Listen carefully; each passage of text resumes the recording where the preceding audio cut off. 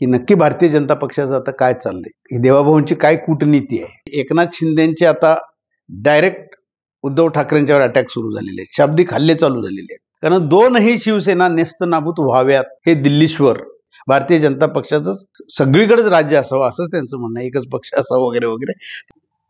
नमस्कार, मी संजय बोगरे, आपण पाहताय जनप्रवास लाईव्ह. राज्याच्या राजकारणामध्ये काही करून भारतीय जनता पक्षाला मुंबई महापालिका ही ताब्यात ठेवायची आहे आणि तिथं पूर्ण भाजपच्या म्हणजे भाजप स्वतःच स्वतंत्र निवडणूक लढवावी आणि महापालिका ताब्यात घ्यावी ह्या मताचे आता दोन प्रवाह आहेत त्याच्यामध्ये. काही जण म्हणतात नाही आपण कमी सीटा देऊया आपल्या महायुतीतल्या घटक पक्षांना, पण बऱ्याच अंशी सगळ्यांचं म्हणणं असं पडतं की आपण स्वतंत्र लढावं आणि मुंबई महापालिकेवर आपला झेंडा रोवावा. हेच आज विश्लेषण करायचं आहे आपल्याला. आणि त्याच्यामध्ये देवाभाऊंची कूटनीती पुन्हा सुरू झालेली दिसते. एका मीडियामध्ये एका चॅनलवर बोलताना त्याने असं स्पष्ट केलंय की राज ठाकरे माझे मित्र आहेत आणि उद्धव ठाकरे माझे शत्रू नाहीत. आणि हितच खऱ्या अर्थानं त्यांनी बरोबर कूटनीतीला सुरुवात केली म्हणायला काहीही हरकत नाही. कारण एकनाथ शिंदेना हे नक्कीच झोंबलंय.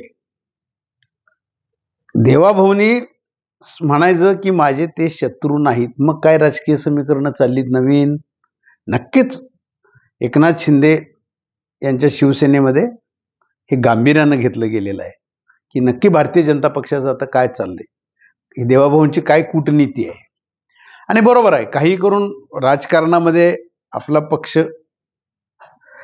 संपूर्ण बहुमतात यावा हे प्रत्येकाला वाटत असते, पण ती परिस्थिती फक्त भारतीय जनता पक्षाकडेच आहे. एकनाथ भाऊ सुद्धा म्हणतात आज ना उद्या आम्ही सगळे ही बाळासाहेब ठाकरेंची शिवसेना जशी हायजॅक केली आहे तशा पद्धतीनं आम्हीच आता नंतर शिवसेना आमचीच खरी, कारण आता सीटा त्यांचे आमदार सुद्धा जास्त आले त्यामुळे ते साहजिकच दावा करणार.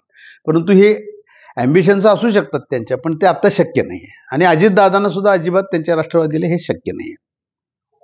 हे भारतीय जनता पक्षाला नक्कीच शक्य होणार आहे, कारण त्यांचे आमदार सुद्धा यावेळेला चांगल्या पद्धतीने निवडून आलेले आहेत. त्यामुळं देवाभाऊ हे मुंबई महापालिकेवर भारतीय जनता पक्षाचा स्वतंत्ररित्या आपला झेंडा बहुमत आपण घ्यावं, मिळवावं या प्रयत्नात असले पाहिजेत. आणि त्यांनी बरोबर डाव साधलेला आहे. आणि एकनाथ शिंदेचे आता डायरेक्ट उद्धव ठाकरेंच्यावर अटॅक सुरू झालेले आहेत, शाब्दिक हल्ले चालू झालेले आहेत. आणि त्याच्यात तेही स्पष्ट करतायत की त्यांनी देवेंद्र फडणवीसांना म्हणजे देवाभाऊंना कशी टीका केली होती. सरड्यासारखे रंग, सरडा एक वेळ कमी पडेल अशी आता रंग बदलायला सुरुवात केलेली आहे वगैरे वगैरे. म्हणजे लागलं कुणाच्या, एकनाथ शिंदे विरुद्ध उद्धव ठाकरे. आता त्यांचे सुद्धा प्रवक्ते काय गप बसणार किंवा उद्धव ठाकरे सुद्धा काय गप बसतील का, हे एकमेकाचे आरोप चालू होतील. आणि दोन्ही शिवसेनेमध्ये एकदा जोरदार युद्ध लागल्यानंतर भारतीय जनता पक्षाचा मताचा गट्टा आहे तसा आहे हो. मग आपल्याला आता त्यांच्यातली हे तर्क आहे ह्या दोघात. कारण दोनही शिवसेना नेस्तनाबूत व्हाव्यात हे दिल्लीश्वर पंतप्रधान नरेंद्र मोदी आणि एकनाथ शिंदे, जे.पी. नड्डा यांचं निश्चितपणाने हे मत आहे की शिवसेना संपली पाहिजे, भारतीय जनता पक्षाचं सगळीकडेच राज्य असावं असंच त्यांचं म्हणणं आहे, एकच पक्ष असावं वगैरे वगैरे. ते सोडून द्या, पण आज विषय राज्यातला आहे, स्थानिक स्वराज्य संस्थांच्या निवडणूक आहेत. मग ह्याच्यातच आपण ही ट्रायल घेऊन बघायची. आणि दोन शिवसेनेत लागल्याशिवाय भारतीय जनता पक्षाला जास्त नगरसेवक निवडून आणता येणार नाहीत असं त्यांचं राजकीय कॅल्क्युलेशन आहे. आणि त्यामध्ये राज ठाकरेंची सुद्धा मदत घ्यायची, पण ती कशा पद्धतीने घ्यायची, कुठं कमकुवत सीटा त्यांना द्यायच्या, ही सुद्धा त्यांची चर्चा अंतर्गतरित्या सुरू आहे. कारण मंत्री महोदय शेलार सुद्धा राज ठाकरेंना वरचेवर भेटत आहेत, त्यांच्याही चर्चा होत आहेत. आणि इकडं मात्र अस्वस्थता आहे, कारण रामदास कदम सुद्धा चिडून आता उद्धव ठाकरेंच्यावर अटॅक करू लागलेले आहेत, बोलू लागलेले आहेत, त्यांच्यात चालू झालेलं आहे. म्हणजे दोनही शिवसेना लढत बसल्या तर आपल्याला कसा फायदा होईल.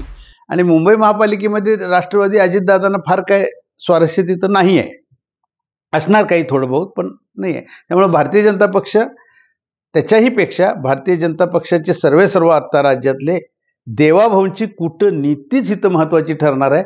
आणि 2 शिवसेना ही जोरदार युद्ध करत राहिली, शाब्दिक हल्ले करत राहिले, तर निश्चितपणानं भारतीय जनता पक्ष स्वतंत्ररित्या निवडणूक लढवून आपले जास्तीत जास्त नगरसेवक निवडून आणून महापालिकेवर झेंडा लावायचा त्यांचा डाव असू शकतो. आणि देवाभाऊंची ही कूटनीती यशस्वी होणार का हे मात्र बघण्यासारखं असेल.